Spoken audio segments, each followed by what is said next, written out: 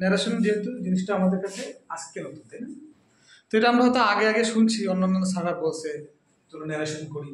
ন্যারেশনের বাংলা কি? উক্তি। ন্যারেশনের বাংলা কি? এটার মধ্যে একটা ভুল শুরু হয়ে গেছে, মানে এটা শুরু হয়েছে এটা ভুল দিয়ে, হ্যাঁ।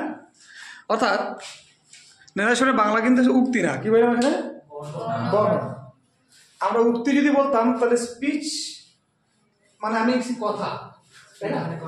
সারা স্পিক যদি হয় কথা বলা, এটা নাউন ফর্ম হচ্ছে স্পিচ মানে কথা। ন্যারেট যদি হয় বর্ণনা করা, তাই না? বর্ণনা করা, এটা নাউন ফর্ম হচ্ছে ন্যারেশন, এটা বাংলা হয় বর্ণনা। তাহলে আমরা যেটা স্যারটাকে বলতে শুনি বলেন ন্যারেশনের বাংলা কি? উক্তি বলি বা আমরা তাই বুঝি, বা সারা হয়তো বলে বা তোমরা বুঝি না। আসলে কথাটার বাংলাই হচ্ছে উক্তি। তাহলে এটাকে উক্তি কেন বলা হচ্ছে?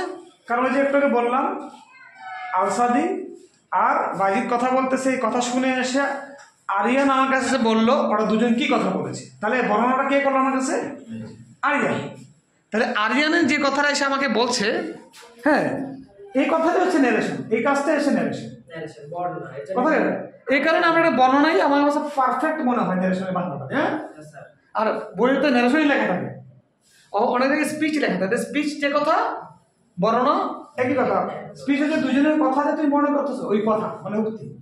তা আমার কাছে বেশি সাবলীল মনে হয় ন্যারেশন কথা, তাই না? তাহলে স্পিচ আর ন্যারেশন একই কথা।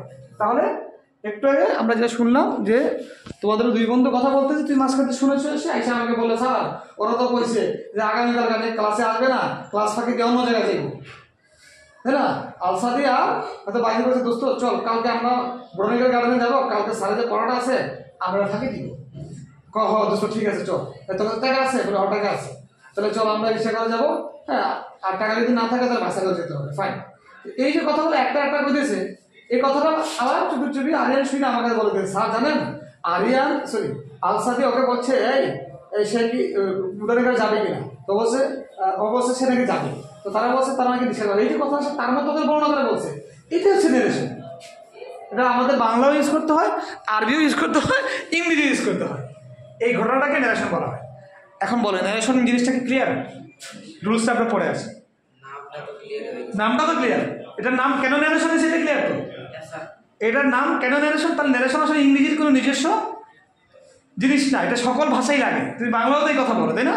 আরবি হলেও তাই বলতো, ফ্রেঞ্চ হলে তাই বলতো। তাহলে আমাদের আজকে এটা ক্লিয়ার এসেছে যে ন্যারেশন মানে বই লেখা থাকে স্পিচ, পাশে যে বাংলাটা দেওয়া থাকে উক্তি। আসলে এটা একটা কথা, কথার আরেকটা বাংলা হচ্ছে উক্তি। কিন্তু ন্যারেশনের সাথে আসলে আমরা উক্তির বাংলা মিলে ফেলাই, তাই না? হ্যাঁ, এখন কি বোঝা গেল স্পষ্ট করে? আসলে যাহা স্পিচ তাহাই ন্যারেশন, তাই না? তবে এটার নাম ন্যারেশন দিলে আমাদের কাছে বেশি সাবলীল মনে হয়। কথা ক্লিয়ার?